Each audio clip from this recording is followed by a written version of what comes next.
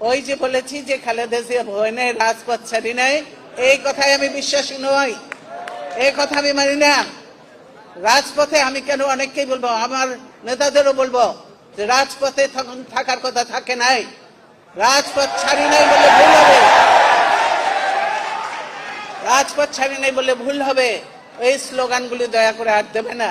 ভালো স্লোগান শেখো, ভালো স্লোগান দাও, তাহলে কাজে দিবে। বুঝেছো? ইলেকশন কমিশনের প্রস্তাবটা, এটা কি তোমরা পড়েছো সবাই? সবাই পড়ো নাই।